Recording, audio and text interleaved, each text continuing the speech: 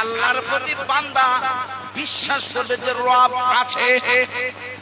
এটি হলো ঈমানের সংজ্ঞা। এর একটি ব্যাখ্যাও রয়েছে, খুব ভালো করে বুঝবেন বন্ধু।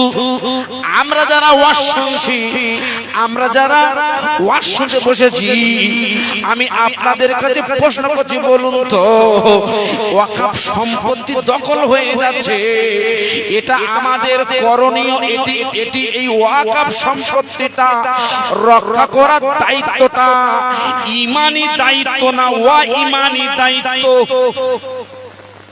কেন ঈমানি দায়িত্ব এটা আপনাকে আমি বোঝাচ্ছি, খুব ভালো করে বুঝবেন, খুব ভালো করে স্মরণ করে দেখুন। গোটা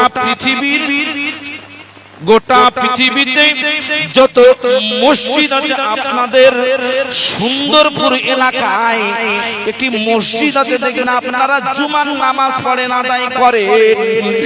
এই মসজিদটি একটি কেবলার দিকে ঘোরানো আছে। কেবলা মানে হলো কাবা। অনেকেই বলে হুজুর পশ্চিম দিকে আমাদের কাবা আছে বলে তাই আমরা পশ্চিম দিকে বলি। আসলেই কিন্তু কেবলাটা পশ্চিম দিকে আছে। এই পৃথিবীর লক্ষ লক্ষ কোটি কোটি মসজিদগুলো যে কাবার দিকে ঘোরানো আছে, এই কাবাটি হলো মুসলমানদের, এই কাবাটি হলো ঈমানদারদের ঈমানের সাথে সম্পৃক্ত। যদি বলেন আমি ঈমানদার, আমি টুপিওয়ালা মুসলমান, আমি কুরআন মানি, আমি হাদিস মানি, আল্লাহর খানায় কাবা মানি না, তার ঈমানটা থাকবে না যাবে? অবশ্যই ঈমান চলে যাবে। খুব ভালো করে বুঝবেন। তাহলে এই কাবা হলো ঈমান। ওই কাবার সাথে সম্পৃক্ত মসজিদগুলো, এই মসজিদগুলো কিন্তু আপনার ঈমানের সাথে সম্পৃক্ত হয়ে যায়। তাই গোটা পৃথিবীতে যত মসজিদ আছে, এই মসজিদগুলো ঈমানদারদের বাঁচাতে হবে। কারণ এই মসজিদ না বাঁচলে আগামী ভবিষ্যতে ঈমানদারেরা বাঁচবে না। তাই পশ্চিম বাংলার গোঘাট সুন্দরপুরি এলাকা থেকে আমরা স্লোগান তুলতে চাই। এই হলো স্লোগান, মুসলমানের স্লোগান হবে যে আমরা এই ওয়াকফ সম্পত্তি বনাম মসজিদগুলো, মাদ্রাসাগুলো, এই কবরস্থানগুলো আমাদের ফিরিয়ে দিতে হবে। একটু আওয়াজ দিয়ে বলুন সুবহানাল্লাহ। আরো জোরে হয় না সুবহানাল্লাহ? নারে তাকবীর। খুব ভালো করে বুঝবেন, আল্লাহ কোরআনে বলেছে ইন্না আউওয়ালা বাইতিউ উদিয়া লিন-নাস লাল্লাযী বিবাক্কা, মানুষের কল্যাণের জন্য, মানব জাতের ভালোর জন্য সর্বপ্রথম যে ঘরটি তৈরি হয়েছে এটি হলো কাবা। আর এই কাবাটি যে জায়গায় অবস্থিত তার নাম হলো মক্কা, বর্তমান নাম হলো মক্কা। বলুন সুবহানাল্লাহ। এই কাবার দিকে ভারতবর্ষ শুধু নয়, গোটা পৃথিবীর সমস্ত মসজিদগুলো ঘোরানো আছে। আর এই মসজিদগুলো ইদানিং আমাদের নরেন্দ্র মোদীর সরকার এরা দখল করে নিতে চাইছে। আবার এদিকে ওরা বলছে, কি বলছে? এদিকে বলছে ওরা সংখ্যালঘু, ওরা সব গরিব, কিচ্ছু জানে না। আমার বন্ধু, এই ওয়াকফ সম্পত্তি গোটা ভারতবর্ষে জুড়ে এখন আন্দোলন চলছে। আপনি জানেন কি যে ওয়াকফটা কি? ওয়াকফটা কি আপনি জানেন? জানেন? জানিয়ে দিই, শুনে নেন। ওয়াকফ হলো, ওয়াকফ এটি হলো আরবি শব্দ, এর মানে হলো বেঁধে রাখা। কি রাখা? বেঁধে রাখা। ওয়াকফ সম্পত্তিগুলো কোনো ব্যক্তি কাছ থেকে আল্লাহকে উৎসর্গ করা হয়, ওই সম্পত্তিটা না বেচা যায়, না কেনা যায়, না অপরকে দান করা যায়, না সরকার গ্রাস করতে পারে। এ সম্পত্তি সম্পূর্ণ আল্লাহর নামের সম্পত্তি। বলুন সুবহানাল্লাহ। এই সম্পত্তিটা সুকৌশল ভাবে পরিকল্পনা করে দিল্লির মসনদ থেকে ওরা কলমের কালি দিয়ে গুঁতো দিয়ে ওরা ভারতবর্ষের মুসলমানদেরকে ভূমিহারা করতে চাইছে, ঈমান হারা করতে চাইছে। আজকে প্যালেস্টাইনের মুসলমানদের বাইতুল আকসা জেরুজালেম, ওই যে বাইতুল মুকাদ্দাস, এই মসজিদটাকে নেতানিয়াহু সরকার যেমন দখল করে নিতে চাইছে, যুদ্ধ করে মিসাইল ফেলে কামানের গোলা দিয়ে, ওর পন্থাটা আলাদা। কিন্তু আমাদের নরেন্দ্র মোদী প্রধানমন্ত্রী, ইনি ভারতবর্ষের সবার প্রধানমন্ত্রী, ইনি এই বিলটাকে অ্যামেন্ডমেন্ট করে সংশোধন করে মুসলমানদের নাকি ভালো করতে চাচ্ছে। কিন্তু যে মুসলমানেরা এই ভারতবর্ষের লাগাতার মার খায়, লাঞ্ছিত হয়, বঞ্চিত হয়, যে মুসলমানেরা প্রত্যেকটা সময় সংখ্যালঘু বলে গালি খায়, এই মুসলমানদেরকে কোন নরেন্দ্র মোদী ভালো করতে পারে? খুব ভালো করে বুঝবে, ভালো করতে পারে না। তাই আমি আপনাকে বলতে চাইছি, এই ওয়াকফ সম্পত্তি আপনি জানেন লক্ষ লক্ষ একর বিঘা জমি এই ভারতবর্ষে আল্লাহর রহমতে আমাদের পূর্বপুরুষরা দিয়ে গেছেন। আপনি জানেন না ওয়াকফটা কবে থেকে শুরু হয়েছে? এই ওয়াকফ আপনার মসজিদে, আপনার মসজিদ মাদ্রাসায় জমি দান করেছেন আপনি, ওই জমিটা কোনো ব্যক্তির নামে নয়, ওই জমিটি সম্পূর্ণ মাদ্রাসার নামে, মসজিদের নামে, কবরস্থানে চলে গেছে, মানে এটা ওয়াকফ হয়ে গেছে। এই সম্পত্তিগুলো দখল করে নিতে চাইছে। কিন্তু আপনি জানেন না সেটি হলো এই ভারতবর্ষে ওয়াকফ সম্পত্তি কবে থেকে শুরু হয়েছিল। গোটা পৃথিবীতে মুসলিম কান্ট্রি একাধিক আছে, কিন্তু অন্যান্য রাষ্ট্রে যেমন তুরস্ক থেকে শুরু করে, পাকিস্তান থেকে শুরু করে, বাংলাদেশ থেকে শুরু করে, ইন্দোনেশিয়া থেকে শুরু করে অন্যান্য মুসলিম কান্ট্রিতে ওয়াকফ সম্পত্তি নেই। আমাদের ভারতবর্ষে ওয়াকফ সম্পত্তি আছে একাধ বিঘা নয়, প্রায় 9 লক্ষ একর জমি এই ভারতবর্ষে মুসলমানদের সম্পত্তি, যেটা মাসিক ভাড়া যদি হিসাব করা যায়, প্রত্যেকটা মুসলমানের 40 কোটি মুসলমানের মাসিক যদি দেওয়া যায়, প্রায় মাথা পিছু 4 থেকে 5,000 টাকা করে আপনার আমার বাড়িতে ঢুকবে। আমার বন্ধু, এত সম্পত্তি এরা ওয়াকফ বোর্ডের আন্ডারে আছে, এরা দখল করে নিতে চাইছে সুকৌশলে। আল্লাহ যদি মাথার উপরে থাকে, ইনশাআল্লাহ আন্দোলন সফল হবে, বিলটা উইথড্র হবে। বলুন আল্লাহুম্মা আমিন। একটু জোরে বলা যায় না আল্লাহুম্মা আমিন? নারে তাকবীর। আমার বন্ধুরা, ওয়াকফটা শুরু হয়েছিল কবে সেটা আমি আপনাকে জানাবো ভারতে। তবে 1 নম্বর যিনি এই পৃথিবীতে মসজিদ যিনি ওয়াকফ করে গিয়েছিলেন, এনার নাম হলো হযরতে নবী ইব্রাহিম খলিলুল্লাহ। ভালো করে বুঝবে, আমি আলোচনার শুরুতে আমি খানায়ে কাবাটি উদ্ধৃতি দিয়েছি। খানায়ে কাবা, এই খানায়ে কাবাকে আমরা সকলেই ভালোবাসি, মহব্বত করি, কাবার দিকে মুতাওয়াজ্জাহ হই। তাই আমি কাবাকে কেন্দ্র করে আলোচনা রাখতে চাইছি। এই পৃথিবী তো কোনো তৈরি হয়নি, মানে পৃথিবী তৈরি হয়েছে, ওই স্থল ভাগটা তৈরি হয়নি। আমার বন্ধুরা, এই পৃথিবীর স্থল ভাগটা তৈরি হওয়ার 2000 বছর আগে যে জমিনটা তৈরি হয়েছিল, ওই জমিনটি হলো আল্লাহর খানায়ে কাবার জমিন।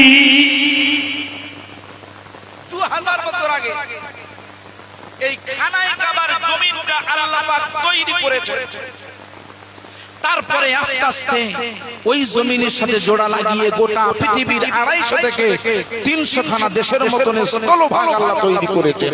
বলুন সুবহানাল্লাহ।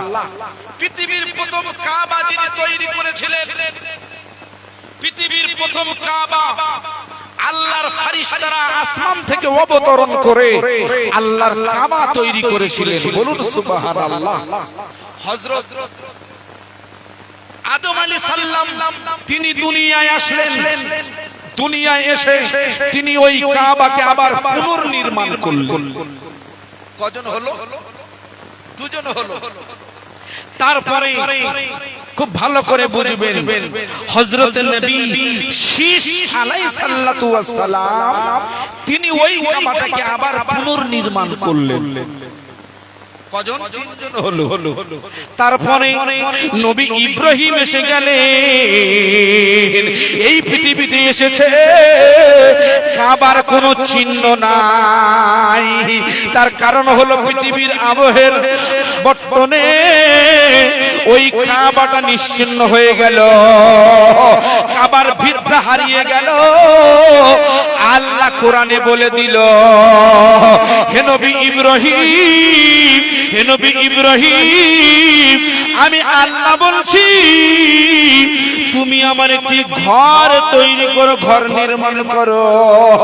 নবী ইব্রাহিম আলাইহিস সালাতু আসসালাম বলে, ইয়া রাব্বুল আলামিন, ও আমার আল্লাহ তাআলা, আমি কেমন করে ঘর বানাবো?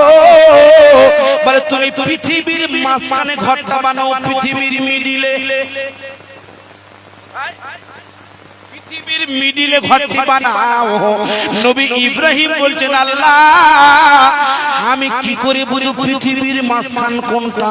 আরে আমার কাছে তো ফিতা নাই, আমার কাছে তো কোনো ইঞ্চি টেপ নাই, কিছু নাই, যন্ত্র নাই, আমি কি করে পৃথিবীর মিডিলটা হিসাব করব? ওই সময় আমার আল্লাহ তাআলা একটি হাওয়া পাঠিয়ে দিয়েছেন, তার নাম সাকিনা। আল্লাহ বলে, নবী ইব্রাহিম, ও নবী ইব্রাহিম, আমি এই সকিনা পাঠাচ্ছি। সকিনাটা, এই সকিনা যে জায়গায় গুলবে, মানে গুলন হাওয়া দেখবে, ওই গুলন হাওয়া আরবিতে সকিনা বলা হয়। এই গুলন হাওয়াটা যে জায়গায় গুলাবে, তুমি ওই জায়গায় কাবার ভিত্তি বানাবে। আল্লামা কামালউদ্দিন তামিরি হুজুর হায়াতুল হায়াওয়ান কিতাবটা খুলে দেখে নেবেন। হুজুর আমার বর্ণনা করেছেন, মারাত্মক ইসলামিক চিন্তাবিদ, ইসলামিক দার্শনিক। তিনি বলছেন চতুর্থ নম্বরে নবী ইব্রাহিম আলাইহিস সালাতু ওয়াস সালাম উনি কাবা তৈরি করার জন্য প্রস্তুতি নিয়েছেন। গোলন হাওয়া এসে গেল, এক জায়গায় গোলানো শুরু করে দিল। ওই জায়গায় আল্লাহর নবী ইব্রাহিম খলিলুল্লাহ, ইসমাইল জবিহুল্লাহ, আল্লাহর কোরআন বলছে, ওয়া ইজ ইয়ারফাউ ইব্রাহিমুল কওয়াইদা মিনাল বাইতি ওয়া ইসমাইল, নবী ইব্রাহিম আর ইসমাইল মিলে ওই খানায় কাবার ভিত্তি দিয়ে দিয়েছিলেন। একটু চিল্লে বলা যায় না সুবহানাল্লাহ? নারায়ে তাকবীর, নারায়ে তাকবীর। ওই কাবাটা তৈরি করে উনি তাওয়াফ করলেন। মাতওয়াফে তাওয়াফ করে উনি পানি পান করলেন, জমজমের পানিটা পান করলেন। আর তিনি ওখান থেকেই ঘোষণা করে দিলেন যে এই খানায় কাবাটি আমি ওয়াকফ করে দিলাম আল্লাহর নামে। বলুন সুবহানাল্লাহ। কিন্তু বর্তমান সৌদির গভর্নমেন্ট এত বড় হারামি, এই কাবাকে নিয়ে বিজনেস করে, ওরা ঈমানটাকে নিয়ে বিজনেস করে, মানুষের ঈমান নিয়ে বিজনেস। কি করে বিজনেস? আল্লাহ বলছে হজ হলো ঈমানের সাথে সম্পৃক্ত। হজ হলো ঈমানের সাথে। এরা সেই হজটা বেচে খায়, তেল বেচে খাচ্ছি খা, তেল বেচে খাচ্ছি খা। ও হয় না, ও হজ বিক্রি করতে হবে। তাই এবছরে 4 লাখ থেকে 5 লাখ টাকা হাজিরা হজ করতে পারে না, ওমরায় গিয়ে কাজ ছেড়ে দেয়। বলুন ঠিক না বেঠিক? খুব ভালো করে বুঝবে, ও হজ বিক্রি করে খাচ্ছে, আর আমাদের নরেন্দ্র মোদী মুসলিম দরদি এ আমাদের গোরস্থানগুলো, মসজিদের জায়গাগুলো আদানি আর আম্বানিদের হাতে তুলে দিচ্ছে। মুসলমানেরা মরবে, এদের লাশগুলো সব ছড়িয়ে দেব, তোরা সব গোরস্থানে টাওয়ার বসা। ঠিক না বেঠিক? খুব ভালো করে বুঝবেন আমার বন্ধুরা। সুতরাং মুসলমানের দুর্দিন এসেছে, এই দুর্দিন থেকে আল্লাহ পাকের কাছে হেফাজতের জন্য দোয়া চাইতে হবে। তাই নবী ইব্রাহিম খলিলুল্লাহ ওই কাবাকে যখন ওয়াকফ করেছে, ওই কাবাকে যখন ওয়াকফ করে দিয়েছে, আজকের মুসলমানেরা, বিশেষ করে ভারতীয় ঈমানওয়ালারা, পশ্চিম বাংলার মুসলমানেরা, আমাদের সুন্দরপুরের মুসলমান ভাইয়েরা এই মসজিদের জন্য, মাদ্রাসার জন্য, খানকার জন্য, দরগার জন্য, কবরস্থানের জন্য শয়ে শয়ে বিঘা জমিটা ওয়াকফ করে দেয়। এরা সেটা নেওয়ার জন্য ওত পেতে বসে আছে। আল্লাহ যেন সূক্ষ্ম বাস ফেলে মেরে দেয়। বলুন সুবহানাল্লাহ। এটি জোরে হয় না সুবহানাল্লাহ? আমার ভাই সবেরা খুব ভালো করে শুনতে থাকুন, আমি যেটা আপনাকে বোঝাতে চাইছি। তাহলে খানায়ে কাবা তৈরি হয়ে গেল 4 নম্বরে। 5 নম্বরে যিনি খানায়ে কাবা বানালে, মানে 5 নম্বরে খানায়ে কাবা মানে ওই খানায়ে কাবার আলাদা কোনো খানায়ে কাবা না। যুগের আবর্তনে খানায়ে কাবাটা যুগে যুগে এক এক ব্যক্তি এসে নির্মাণ করেছেন। মোট 10 খানা ব্যক্তি পুনর্নির্মাণ করেছেন। 5 নম্বরে যিনি কাবাটাকে পুনর্নির্মাণ করেন তার নাম হলো কুসাই ইবনে কিলাব। কি নাম? কুসাই ইবনে কিলাব। 6 নম্বরে যিনি পুনর্নির্মাণ করেন কুরাইশ গোত্র। 7 নম্বরে যিনি ওই কাবাটাকে পুনর্নির্মাণ করেন তার নাম হাজ্জাজ বিন ইউসুফ। এই বর্তমান খানায়ে কাবাটা বর্তমান ওই একই রূপে আল্লাহ এখনো রেখে দিয়েছেন। কিন্তু ওই খানায়ে কাবাকে কেন্দ্র করে মনে করে দেখুন, আল্লাহর নবী বসে আছেন মদিনা শরীফের মসজিদে। আল্লাহ রাসূলের সাহাবারা কি জিজ্ঞাসা করছে, ইয়া রাসূলুল্লাহ, ইয়া হাবিবাল্লাহ হুজুর, ইয়া রাসূলুল্লাহ, ইয়া হাবিবাল্লাহ হুজুর, এই খানায়ে কাবা আর ওইদিকে বাইতুল আকসা, এই দুটো মসজিদ পৃথিবীতে বিশ্ববিখ্যাত মসজিদ। 1 নম্বর হলো খানায়ে কাবা, 2 নম্বর হলো বাইতুল আকসা। ইয়া রাসূলুল্লাহ, ইয়া হাবিবাল্লাহ হুজুর, খানায়ে কাবা আগে নাকি বাইতুল আকসা আগে? আল্লাহর নবী জগৎগুরু বিশ্বগুরু বিশ্বনবী হাবিবুল্লাহ বলে, সাহাবী শোনো, এই খানায়ে কাবা তৈরি হলো তার ঠিক 40 বছর বাদে বাইতুল আকসা তৈরি হয়ে গেল।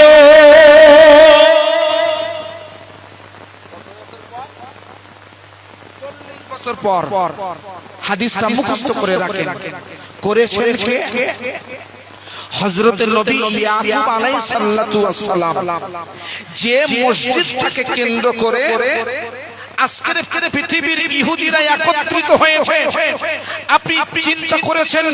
আপনি চিন্তা করেননি? চিন্তা করে দেখুন, গোটা পৃথিবীতে মুসলমানদের সাথে যে সংঘাতগুলো লেগে আছে, এটা সম্পূর্ণ মসজিদ কেন্দ্রিক। কি কেন্দ্রিক? যে মসজিদে দিনে 5 বার গিয়ে আমরা সকাল সন্ধ্যায় কপালটা ঠেকিয়ে ঈমানটা তরুতাজা করি, এরা বুঝতে পেরেছে এই মসজিদের ইমারতগুলো ভেঙে গুড়িয়ে দিলে ঈমানটা কাঁচা হয়ে যাবে, ঈমান সব নষ্ট হয়ে যাবে। ওরা পাগলা জানে না যে আমাদের মসজিদ না থাকলেও রাস্তার মাঝখানে, মাঠের মাঝখানেও নামাজ পড়লে একই সমান সমান সওয়াব হয়ে যায়। বলুন সুবহানাল্লাহ। আরে বন্ধু, ভালো করে ভাবনা চিন্তা করে দেখুন না, ভারত ভারতবর্ষের জমিনে বাবরিকে না দখল করে নিতে চাইছে। আমাদেরও ভুল আছে, আমাদেরও ভুল, শুধু ওদের ভুল নেই। আমরা এখন বিপদে পড়েছি, কিন্তু বিপদটা আমরা জোর করে ডেকে এনেছি। আমার বন্ধুরা, সুপ্রিম কোর্টের বিচার চলছিল 1992 সালের 6 ডিসেম্বরের আগে থেকে। দেখবেন এই বাবরিকে নিয়ে মামলা হয়েছিল। সুপ্রিম কোর্টের সমস্ত বিচারপতিরা মসজিদের পক্ষে কিন্তু রায় ঘোষণা করেছে। প্রত্যেকটা এভিডেন্স, প্রত্যেকটা প্রমাণাদি মসজিদের পক্ষে ছিল। সম্রাট বাবর ওই মসজিদটা স্থাপিত করেছিলেন। আমার বন্ধু খুব ভালো করে শুনবেন, কিন্তু গত বছর খানেক আগে সুপ্রিম কোর্টের বিচারপতিরা হঠাৎ করে রায় দিয়ে দিল ওই জায়গাটা বাবরি মসজিদ পাবে না, ওই জায়গাটা রাম মন্দির হয়ে যাবে। আমার হিন্দু ভাইয়েরা পাবে। আমি জুলফিকার আজিজি, আমি একজন ভারতীয় মুসলমান। আমি পাকিস্তান থেকে আসেনি, আমি বাংলাদেশ থেকে আসেনি, আমি আফগানিস্তান থেকে আসেনি। আমি একজন অরিজিনাল ভারতীয়। তাই আমি ভারতীয় হিসাবে এটা আমি চাইতে পারি আমার হিন্দু ভাইয়েরা এই হিন্দুস্তানে বসবাস করে। ওদের বিশ্বে আর কোন কান্ট্রি নেই, দেশ নেই। ওরা এই হিন্দুস্তানে, ভারত, ইন্ডিয়াতে শুধু বসবাস করে। আমরা মুসলমানেরা আমরা ভারতে থাকি, বাংলাদেশে থাকি, পাকিস্তানে থাকি, ইন্দোনেশিয়ায় থাকি, আমেরিকায় থাকি, জাপানে থাকি। প্রত্যেকটা দেশে মুসলমানের আছে। আমার হিন্দু ভাইয়েরা, ওদের করুণ অবস্থাটাও আমাদের একটু বিচার করা দরকার। আমরাও চেয়েছিলাম প্রত্যেকটা ভারতীয় অবশ্যই একটি রাম মন্দির হোক। এই গোটা ভারতবর্ষ জুড়ে, গোটা বিশ্বের মাঝখানে মাথা উঁচু করে একটি রাম মন্দির এখানে তৈরি হোক। কিন্তু কোন বিবেকবান হিন্দু, কোন বিবেকবান মুসলমান এটা কি কোনোদিন চেয়েছিল যে মুসলমানদের বাবরি মসজিদ থেকে ধ্বংস করে ওই জায়গায় বাবরি মসজিদ ধ্বংস করে রাম মন্দিরটা তৈরি হোক? আমরা কিন্তু কোনোদিন এটা আশা করিনি। আমরা আশা করেছিলাম একটি মন্দির হোক, তবে আলাদা জায়গায়। আমার বন্ধুরা খুব ভালো করে বুঝবেন আমার বিষয়টা। আমরা ভুল করেছি যখন ওরা অবৈধভাবে জোর করে আমাদের উপরে অত্যাচারিত ভাবে ওই বাবরি মসজিদটাকে বাবরি মসজিদের জায়গা ওয়াজত দেয়। ওরা যখন রাম মন্দির বানিয়েছিলেন, আমরা সম্প্রীতির কথা খেয়াল করে, আমরা বন্ধুত্বর কথা খেয়াল করে ভারতবর্ষকে ভালোবাসি বলে আমাদের হিন্দু ভাইদেরকে আমরা ছেড়ে দিয়েছিলাম। ওরা মন্দির বানাই বানাকে আমাদের কোনো আপত্তি নেই। আমাদের সুন্দরপুরে মসজিদ আছে, দিল্লির জামা মসজিদ আছে, আমাদের হুগলির মসজিদ আছে, মাদ্রাসা আছে। ওরা ওটাকে নিয়ে নিয়ে আমার বন্ধুরা ওরা ওই জায়গা থেকে পরিকল্পনা করে সুকৌশল করে গোটা ভারতবর্ষের মুসলমানদের ইমানটা টেস্ট করে নিয়েছে। ওরা ভেবেছে মুসলমানদের ইমানটা কাঁচা হয়েছে। বাবরি দখল করেছি, জ্ঞান মেপে দখল করব, সম্পদ দখল করে নেব, ওয়াকাফটা গোলা ধরে উপরে ফেলে দেব, মুসলমানদের কচুকাটা করব, এখান থেকে টেনে টেনে পাকিস্তান নাই বাংলাদেশে ফেলে দেব। কিন্তু আমাদের ভারতবর্ষের বর্তমান পিএমজি ওনার মনে হয় ইতিহাসটা জানা নেই। 1947 সালে যখন দেশটা ব্রিটিশরা যখন কব্জা করে রেখেছিল, এই ভারতবর্ষটা যখন ব্রিটিশরা আঁকড়ে ধরে ভারতের অর্থ সম্পদগুলো যখন ওরা বয়ে বয়ে বয়ে বয়ে ব্রিটেন লন্ডনে নিয়ে পাচার করে দিয়েছিল, আমরাই টুপিওয়ালারা, আমরাই মুসলমানেরা কলকাতা থেকে শুরু করে গোটা ভারতবর্ষে আলেম উলামারা এদের জাহান থেকে জাহানগুলো বার করে দিয়েছে, রক্তগুলো বার করে দিয়েছে।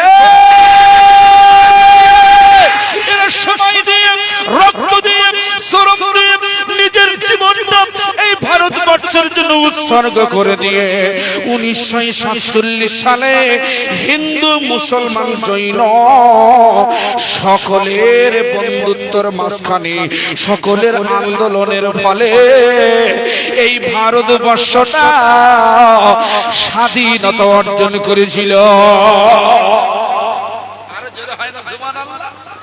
নারে তাকবীর!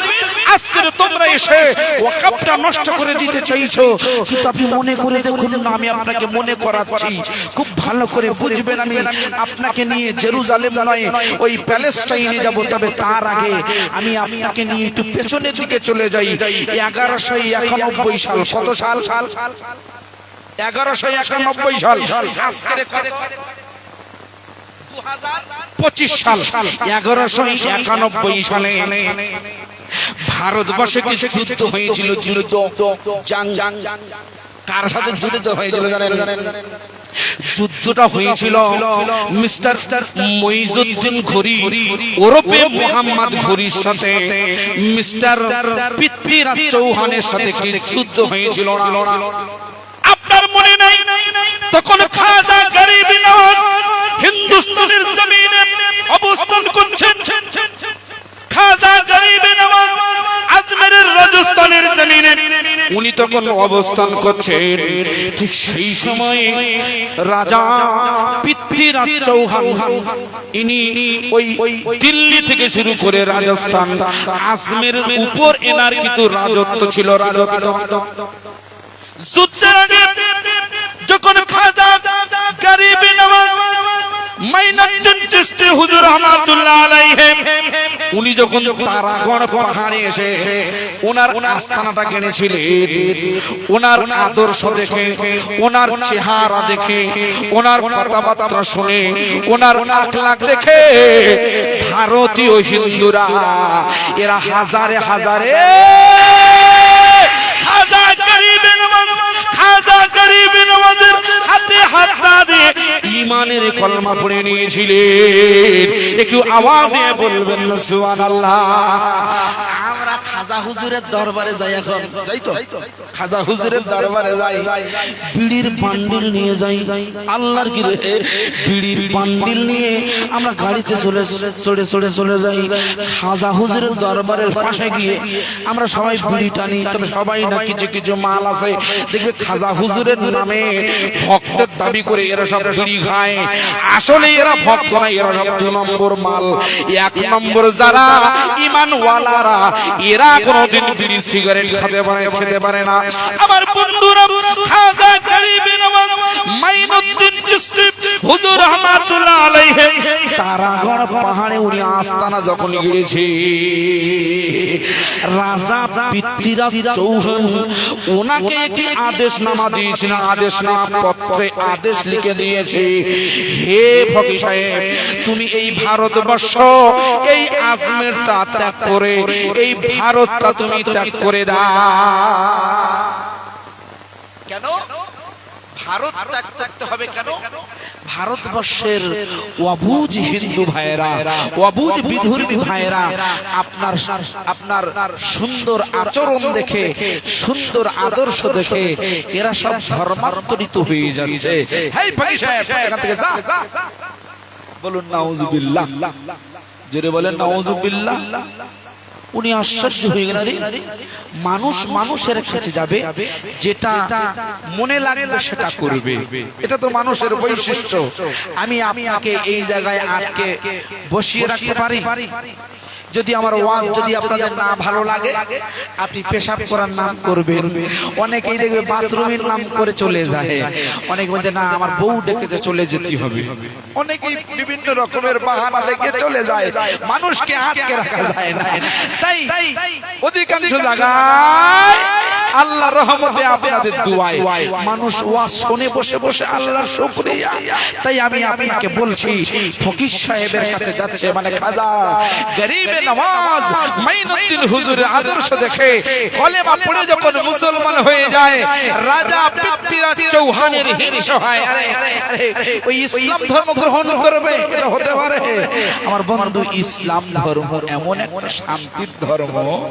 দেখুন, আচ্ছা আপনাদের এলাকায় আমাদের ধর্ম থেকে কেউ যদি বেরিয়ে যায়, আমাদের ধর্ম থেকে বেরিয়ে যায়, আমাদের কোনো আফসোস হয়?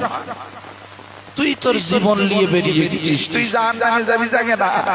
আমরা তো কোনোদিন কাউকে ধরে রাস্তায় বলি নাই তুমি পড়ো লা ইলাহা ইল্লাল্লাহ মুহাম্মাদুর রাসূলুল্লাহ, বলেছি ভাই? আমাদের প্রয়োজন নেই, আমার আল্লাহরও প্রয়োজন নেই, রাসূলেরও প্রয়োজন নেই। বলুন সুবহানাল্লাহ। ঈমানটা মজবুত করতে গেলে, ঈমানটা পরিপক্ক করতে গেলে আপনাকে বেশি বেশি করে রাসূলকে এবং তার কুরআন এবং হাদিসের বায়ান অনুসারে জীবন যাপন আপনাকে করতে হবে। কাউকে ধরে কালমা পড়াতে হবে ইসলাম কোনোদিন বলেনি।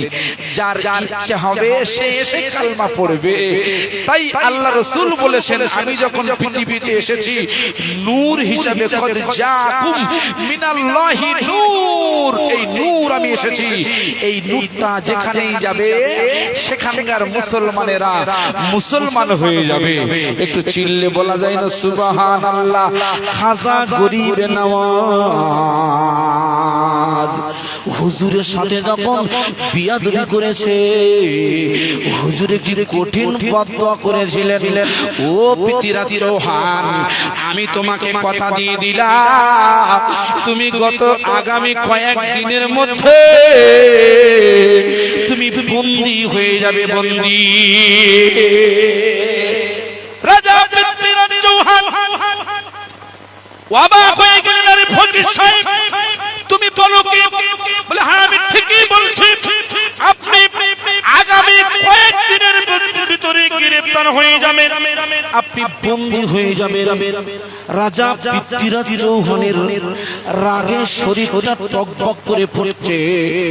রাজা পৃথ্বীরাজ চৌহান রাগের মাথায় ঘোষণা দিলেন, ও আমার সেনাবাহিনীর শোনো, এই তারাগড় পাহাড় সংলগ্ন একটি সাগর আছে, সাগর, যে সাগরের নাম হলো আনা সাগর। আনা সাগর গিয়েছেন তো? পানি খেয়েছেন কি? গোসল করেছেন? করবেন বেশি বেশি করে। এই সাগরটা এখান থেকে 850-900 বছর আগে পৃথ্বীরাজ চৌহানের পিতামহ মিস্টার ওয়ার্ণ রাজা তৈরি করেছিলেন। কে তৈরি করেছিলেন? পৃথ্বীরাজ চৌহানের পিতামহ মানে দাদু। ইনি 1130 থেকে 1150 সালে এই আনা সাগরটা তৈরি করেছিলেন। এই সাগরটি তৈরি করা, যার গভীরতা হলো 15 থেকে 16 ফিট। আমার বন্ধুরা, এই আনা সাগরের পানিটা তারাগড় পাহাড়ে সুফি হযরত আল্লামা খাজা গরিবে নওয়াজ মাইনুদ্দিন চিশতি আল আজমিরি রহমাতুল্লাহ আলাইহি, হুজুর আমার গোসল করতেন, হুজুর আমার পানি খেতেন। এই পানি দিয়ে হুজুরের ভক্ত মুরিদগণ, হাজার হাজার মুরিদেরা এই পানি আনা সাগরে পানি দিয়ে উযু বানিয়ে আল্লাহর শরণে ওরা হাজিরা হয়ে যেত। আমার বন্ধু রাজা পৃথ্বীরাজ চৌহান এই সাগরের পানিটা ফকির সাহেবের জন্য, মানে খাজা হুজুরের জন্য ব্যান করে দিয়েছিলেন। কেন ব্যান করেছিলেন? কারণ হলো খাজা মাইনুদ্দিন চিশতি হুজুর ইমানদারদের ইমানের আওতায় এনে দিচ্ছিলেন। তাই এই অপরাধে পানি বন্ধ, পানি, পানির অপর নাম জীবন। এই পানি যদি বন্ধ করে দেওয়া যায়, ফকির সাহেবের হাতে মাতে হবে না, এমন জায়গায় মারবো ফকির সাহেবের ওই পুটলিগুলো গুটিয়ে নিয়ে, আস্তানাটা গুটিয়ে নিয়ে এখান থেকে পাগার পার হয়ে যাবে। কিন্তু পৃথ্বীরাজ চৌহান বুঝতে পারেনি এ ফকির সাহেব যেন তেন ফকির সাহেব নয়, এই ফকিরটি হলো আল্লাহর মাহবুব বান্দা। নারে তাকবীর, নারে তাকবীর, মোহাম্মদ কালমা লা ইলাহা।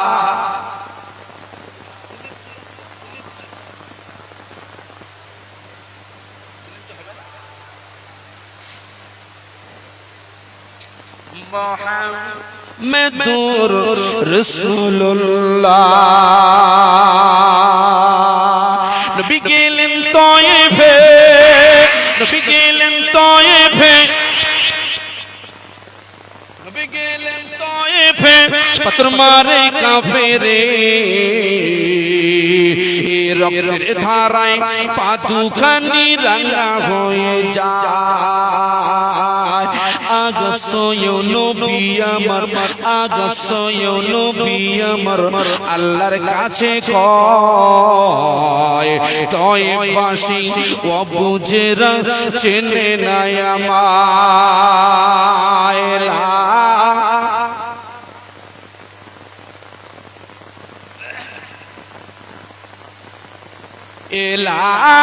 ইলাহা মুহাম্মাদুর রাসূলুল্লাহ भेजता है खुद दरूद पे खुदा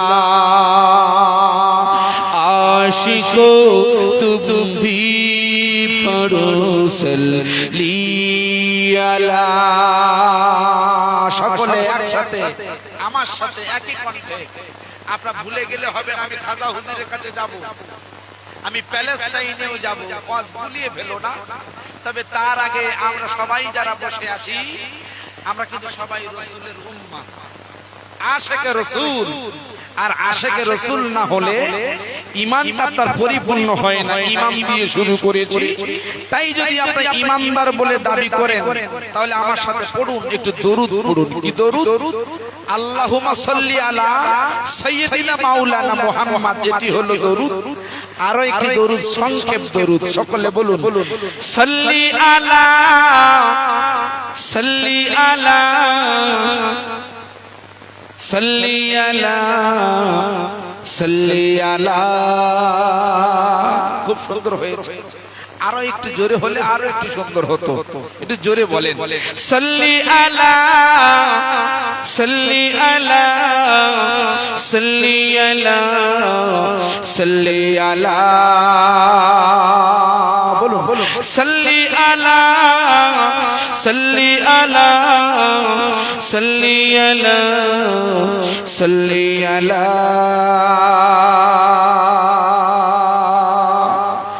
রব কাবা কি গওয়াহি उसने दी रब काबा की गवाही उसने दी जिसने भी देखा है चेहरा ओ जुहा जिसने भी देखा है चेहरा ओ जुहा भेजता है खुद दरूद पर खुदा आशिक तुम भी पढ़ो सल्ली अला सबाई सल्ली अला माशाअल्लाह सल्ली अला सल्ली अला सल्ली अला सल्ली अला सल्ली अला सल्ली अला सल्ली अला सल्ली अला नारे तकबीर नारे तकबीर औलाद मुजद्दिद ज़मा औलाद मुजद्दिद ज़मा फुरफुरा शरीफ अजमेर शरीफ मक्का शरीफ मदीना शरीफ सबार उठे अल कुरान शरीफ नारे तकबीर फुरफुरा ফুরফুরা শরীফের আওলাদ মুজাদ্দিদ জামানে এসে গেছেন ইনশাআল্লাহ। খুবই তাড়াতাড়ি আসবেন, তবে এখন আসছে না, হুজুর এসেছেন ফুরফুরা শরীফ থেকে, টাইম মতো এসে যাবে। আমাদের ফুরফুরা শরীফের পীরজাদা ভাইয়েরা, আমাদের হুজুর কেবলা গণেরা সকলেই মিলে কর্মসূচি নিচ্ছেন কি করে ওয়াকফটা বাঁচানো যায়। আমাদের ফুরফুরা শরীফের পীরজাদা হযরত আব্বাস সিদ্দিকী আল কুরাইশি ভাইজান হুজুর কেবলা, হযরত আল্লামা মেহরাব সিদ্দিকী আল কুরাইশি ভাইজান হুজুর কেবলা, আরো অন্যান্য হুজুরগণ, আমাদের কাসেম সিদ্দিকী ভাইজান সকলেই মিলে এই ওয়াকফ সম্পত্তি বাঁচানোর জন্য আন্দোলনের প্রস্তুতি নিচ্ছেন। আপনারা নিচ্ছেন তো? এই আন্দোলনে যদি কেউ গিয়ে কলকাতার রাজপথে বা দিল্লির রাজপথে কেউ যদি রক্তাক্ত হয়ে যদি মারা যায়, শরিয়াতের হুকুম বলছে ওই ব্যক্তিটা মৃত্যুর সাথে সাথে আল্লাহর জান্নাতে পৌঁছে যায়। বলুন, কবরে কোনো সওয়াল জবাব হবে না। বাস্তব বলছি, যাদের মৃত্যুটা শহীদি মৃত্যু, এদের কবরে কোনো সওয়াল জবাব নেই। রাসূল বলছে এপারে মৃত্যু ওপারে জান্নাত।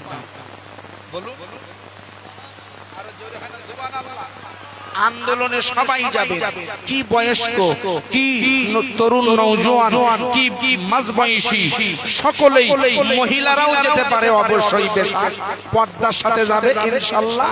কলকাতার রাজপথে আন্দোলন করবে বা আপনাদের থানা ভিত্তিক জেলা ভিত্তিক আন্দোলন করবে। যদি কাজ না হয় তবে গণতান্ত্রিক পদ্ধতিতে ভারতীয় সংবিধান মেনে আমরা আন্দোলন করব। এই আন্দোলন যদি কাজ না হয়, এটি হলো ডোজ নাম্বার 1। ডোজ নাম্বার 2 আছে আমাদের জমিয়তে উলামায়ে হিন্দ দিল্লি। কি করছে আমার মাথায় ঢোকে না। বৃহৎ আন্দোলন ডাক দিচ্ছে না কেন? জিহাদের ডাক দিতে হবে।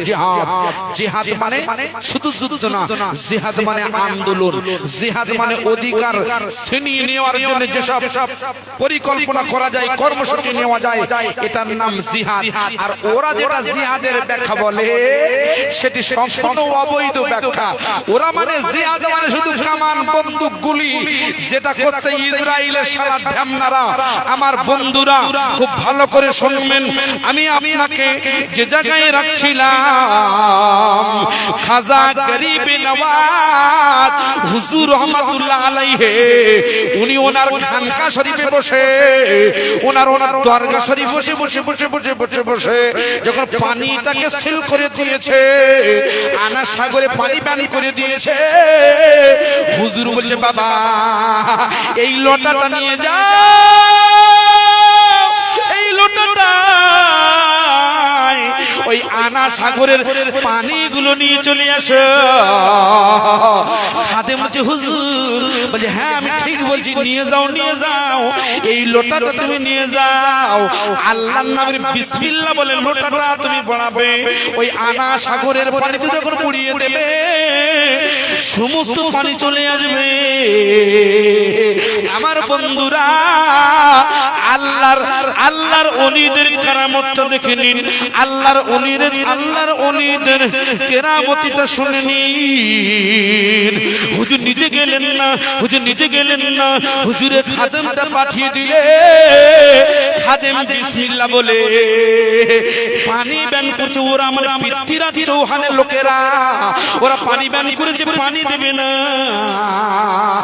যেমন ইরাকে যখন ইমাম হুসাইন যেমন পানি বন্ধ করে দিয়েছিল, আমার বন্ধুরা ঠিক সেই রকম করে হযরতে খাজা গরিব নওয়াজ হুজুরের পানিটা বন্ধ করে দিয়েছিল পৃথ্বীরাজ চৌহান। কিন্তু হুজুর আমার কি করলে, লোটা নিয়ে খাদেমকে পাঠিয়ে দিলে, খাদেম গিয়ে বিসমিল্লাহ আল্লাহু আকবার বলে যখন লোটাটা ওই আনা সাগরে ডুবিয়ে দিয়েছে, আল্লাহর ফারিস্তারা পৌঁছে গেছে, সমস্ত আনা সাগরের পানি খাজা হুজুরের ওই বদনার ভিতরে আল্লাহ ঢুকিয়ে দিয়েছে। পরের দিন সকালবেলা পৃথ্বীরাজ চৌহান চান করতে এসেছে। কি করতে এসেছে? চান। আমরা বলি গোসল, ওরা বলে চান। অনেক জায়গায় বলে স্নান। আমরা গোসল বলি। যাই হোক, চেন করতে এসে দেখে সাগর শুকনো, সাগর শুকনো। গাল গপ্প শোনাচ্ছি, খাজা হুজুরের জীবনীটা খুলে দেখবেন বন্ধু। যিনি হিন্দুস্তানের শাহেনশাহ, যিনি সুলতানুল হিন্দ, যিনি সুলতানুল হিন্দ ফুরফুরা শরীফের আমাদের আল্লামা আবু বকর সিদ্দিক রাহমাতুল্লাহ আলাইহি, ইনি মুজাদ্দিদ তরিকা, কি তরিকা? মুজাদ্দিদিয়া। আর খাজা হুজুরের তরিকার নাম হলো চিশতিয়া তরিকা। উনি চিশতান থেকে এসেছিলেন, খোরাসান থেকে, আফগানিস্তানের খোরাসান থেকে নবীজির অনুমতি নিয়ে হিন্দুস্তানের জমিনে পদার্পণ করে লক্ষ লক্ষ মানুষ ইমানের কলেমা পড়ে মুসলমান হয়েছে। তাই আমাদের নরেন্দ্র মোদী এই মসজিদ দখল করছে বটে, হুজুরের দরবারে চাদর পাঠিয়ে দিচ্ছে, এদিকে মুসলমানদের বাঁশ দিচ্ছে, ওদিকে হুজুরের ঘুষ দিচ্ছে। বলুন নাউজুবিল্লাহ। এই কথা ঠিক না বেটা? এই হুজুরের দরবারে যতই তুমি চাদর চড়াও আর ধূপকাঠি দাও, এদিকে মুসলমানদের মসজিদ দখল করে নিচ্ছে। আর তোমাদের উগ্রবাদীর সেনাবাহিনীরা, তোমাদের সৈন্যরা খাজা হুজুরের দরবারে গিয়ে বিয়াদবি করছে। হুজুর, হুজুর কেবলার দরবারে কেউ খালি হাতে ফেরে না, মানে কি? ওই জায়গায় গিয়ে হুজুরের ওসিলা দিয়ে দোয়া চাইলে আল্লাহ কবুল করে, কারণ উনি আল্লাহর মাহবুব বান্দা। তাই অনেকেই শিরক করে গিয়ে, খাজা হুজুর আমার ছেলে হয় না, আমার মেয়ে নেই, আমি 3 বছর ধরে দেখাশোনা করছি, বিয়ে হয় না, এটা সুন্দরী বউ দাও। এই হুজুর বউ পাবে কোথায়? ঠিক না বেটি? বউ দেওয়ার মালিক কে? সন্তান দেওয়ার মালিক কে? সংসারে সুখী করাবার মালিক কে? তাহলে তুমি কেন খাজা হুজুর দরবারে হত্যা দিয়ে পড়ে আছো? ওখানে তুমি যাও, ফুরফুরা শরীফে যাও, কোনো অসুবিধা নেই। সমস্ত জায়গায় আল্লাহর ওলিদের দরবারে চলে যাও, পাঞ্জাবের সিরহিন্দে চলে যাও, মুজাদ্দিদ আল-পেশানি হুজুরের দরবারে যাও, জেনার সময়কালে এখনো চলছে 1000 বছরের মুজাদ্দিদ ফুরফুরা শরীফের আল্লামা আবু বকর সিদ্দিক হুজুর রাহমাতুল্লাহ আলাইহি 100 বছরের মুজাদ্দিদ। উনি হলেন মুজাদ্দিদ আল-পেশানি হুজুর রাহমাতুল্লাহ আলাইহি। উনি 1000 বছরের মুজাদ্দিদ। ওনার সময়কাল এখনো পর্যন্ত চলছে, এখনো 400 বছর বাকি আছে। হুজুরের দরবারে আমি নিজে গিয়েছি। মুজাদ্দিদ আল-পেশানি হুজুর পাঞ্জাবের জমিনে শুয়ে আছেন, শুয়ে আরাম ফরমাচ্ছেন। আরে বন্ধু, যে কাবার কথা আমি বলছিলাম, যে কাবাটি এখান থেকে 6500-7000 কিলোমিটার দূরে, উনি এমন বড় আল্লাহর ওলি ছিলেন, উনি এমন বড় আল্লাহর মাহবুব ছিলেন, আল্লাহর সাথে তার এত যোগাযোগ ভালো ছিল। আল্লাহর কাছে বললেন, ও আমার আল্লাহ, আমি আমি আমি মুজাদ্দিদ আল-পেশানি আহমদ ফারুক সিরহিন্দি এই হিন্দুস্তানের জমিনে বসে বসে তোমার খানায় কাবাটি আমি একটিবার দর্শন করতে চাই। মুহূর্তের ভিতরে, সেকেন্ডের ভিতরে ওই খানায় কাবাটি, মক্কার খানায় কাবা হিন্দুস্তানে পৌঁছে যায়। এখনো পর্যন্ত জায়গাটা ঘিরে রাখা হয়েছে। ওই খানায় কাবাটা হিন্দুস্তানের জমিনে খাজা হুজুর নয়, মুজাদ্দিদ আল-পেশানি হুজুরের কেরামতিতে আমার আল্লাহ পৌঁছে দিয়েছিলেন। বলুন সুবহানাল্লাহ। কাবা শরীফ তাওয়াফ করে মাতোয়াফে দাঁড়িয়ে আল্লাহর কাছে বলছে, আল্লাহ তোমার খানায় কাবায় গেলে তাওয়াফ করে হাজিরা সব পানি খায়। কি খায়? পানি খায়। আর এই পানিটাও সৌদি সরকার বিজনেস করছে। দেখবেন আপনি হজে যাবেন, উমরায় যাবেন, 5 লিটার পানি আপনার হাদিয়া দেবে। আপনি যদি বেশি করে আনেন, 20 লিটার, আত্মীয় স্বজন বেশি, খালাতো ভাই, ফুফুতো ভাই, মামাতো ভাই, বন্ধু বান্ধব সবাইকে দিতে হবে। একটু বেশি করে পানি নেই, সৌদি সরকার তখন নিয়ম বেঁধে দিয়েছে, 5 কেজির বাইরে নিলে পানি কিনে নিতে হবে, পানি কিনতে হবে। ওরা হজটাকে নিয়েও ব্যবসা, পানি খাবে সেটা গুলিয়ে ব্যবসা। আবে জমজম যখন তৈরি হয়েছিল, ওয়াজ গুলিয়ে ফেলো না বন্ধু, যখন হযরতে ইব্রাহিম নবী আলাইহিস সালাতু আসসালাম তার বিবি হাজেরাকে আর নবী ইসমাঈলকে যখন ওই নির্জন জায়গায় পাঠিয়ে দিয়েছিলেন 40 দিনের পানি আর খেজুর দিয়ে, আপনি জানেন না, জেনে নিন, মরুভূমি হেজাজ নগর, ওই জায়গায় যখন 40 দিন পানি আর খেজুর শেষ, তখন পানি পাওয়া যায় না। হযরতে মা হাজেরা ছাপা মারোয়া দৌড়ি, একটি সময় হযরতে নবী ইসমাঈল আলাইহিস সালামের পায়ের ঠোকরে ওই আঙ্গুলের মতন ফিনকিরি দিয়ে আবে জমজমের কুয়ার পানিটা প্রথমেই এই পৃথিবীর মাটিতে এসেছিল। যে নবীর ওসিলায় নবী ইসমাঈল জবিহুল্লাহ, তার পিতা নবী ইব্রাহিম খলিলুল্লাহ, এই বাপ বেটা মিলে খানায়ে কাবার আবে জমজমটা গোটা বিশ্ববাসীর জন্য ওয়াকফ করে দিয়েছে, যে বিনা স্বার্থে মানুষ বিনা পয়সায় পানি খাবে। আর তুমি আমেরিকার আদর্শে আদর্শিত হয়ে তোমরা ওই পানিটা তুমি বেচে দিয়ে তোমরা ব্যবসা করছো। খুব ভালো করে শুনবে, মুসলমানেরা মুসলমানের বোমের আঘাত খাচ্ছে, প্যালেস্টাইনে মুসলমানের নামাজ পড়তে আজান দিচ্ছে, মসজিদে আজান হয়ে যাচ্ছে, হাইয়া আলাস সালাহ, ইসরায়েলে বোম মারছে, প্লেনে করে মিসাইল নিয়ে যাচ্ছে, কামানটা চলছে। এই সমস্ত চলতে গেলে তেল লাগে, এই তেলগুলো সৌদি থেকে আসছে। তাই আমি আপনাদের আলোচনার শুরুতে আমি প্রথমেই বলেছিলাম, ওই দেখো ফিলিস্তিন, রক্তের বন্যা বয়ে যায়, আর নেতারা সব বসে এরা সব টাকার নেশায় মেতে যায়। নেতা মানে হলো সৌদির গভর্নমেন্টেরা, এরা টাকা ছাড়া কিছু বোঝে না।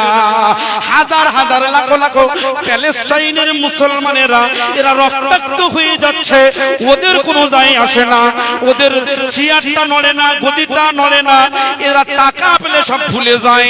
আমার বন্ধুরা, তাই আমি আপনাকে বলতে চাইছি, যে মসজিদটা, যে কূপটা, যে জমজমটা নবী ইব্রাহিম খলিলুল্লাহ ইসমাঈল জবিহুল্লাহ ওয়াকফ করেছিল, আমার বন্ধুরা, যে মসজিদটা নবী হযরত ইয়াকুব আলাইহিস সালাতু ওয়াস সালাম ওয়াকফ করে দিয়ে চলে গিয়েছিলেন, ওই মসজিদটা ইসরায়েল দখল করবে। যে মসজিদটা সম্রাট বাবর ওয়াকফ করে দিয়ে গিয়েছিল, ওই মসজিদটা এরা দখল করে নিতে চাইছে। যে মসজিদের জায়গাগুলো, যে মাদ্রাসার খানকাগুলো, যে দরবারের খানকাগুলো ওয়াকফ করে দিয়েছে, ওই খানকার জায়গাগুলো, ওই মসজিদের জায়গাগুলো এরা দখল করে নিতে চাইছে। আমার বন্ধুরা, আমরা সংখ্যালঘু, আমাদের জমি জমা কম, আমাদের টাকা কম, আমাদের শিক্ষা কম, আমাদের শুধু সন্তান বেঁচে, ওরা বলেছে। আমার বন্ধুরা, তাহলে তোমরা কেন মুসলমানদের সম্পত্তির দিকে নজর দিয়েছো? আমার বন্ধুরা, শকুনের নজর পড়েছে, আল্লাহ রক্ষা করতে পারে। তাই আমাদের মুজাদ্দিদ আল-ফাসানি রহমাতুল্লাহ আলাইহি, হুজুরের হাজার খাদেমেরা, হুজুরের লাখো খাদেমেরা এই ভারতবর্ষের জমিনে মসজিদের জায়গা, মাদ্রাসার জায়গাগুলো ওয়াকফ করে দিয়েছে লিল্লাহিয়াতের উদ্দেশ্যে। আমার বন্ধু, খাজা গরিবি নওয়াজ আল্লাহর ওলি হুজুর আমার যখন ওই লোটার ভিতরে পানিগুলো নিয়ে চলে এসেছে, যখন পিতৃজাত চৌহান চান করতে এসেছে, আরে পানি কোথায় গোসল করব? রাজা পৃথ্বীরাজের সেনাবাহিনী এসে বলছে, যা পানা, ও যা পানা। আমরা অবাক হয়ে যাচ্ছি, আশ্চর্য হলো সত্যি।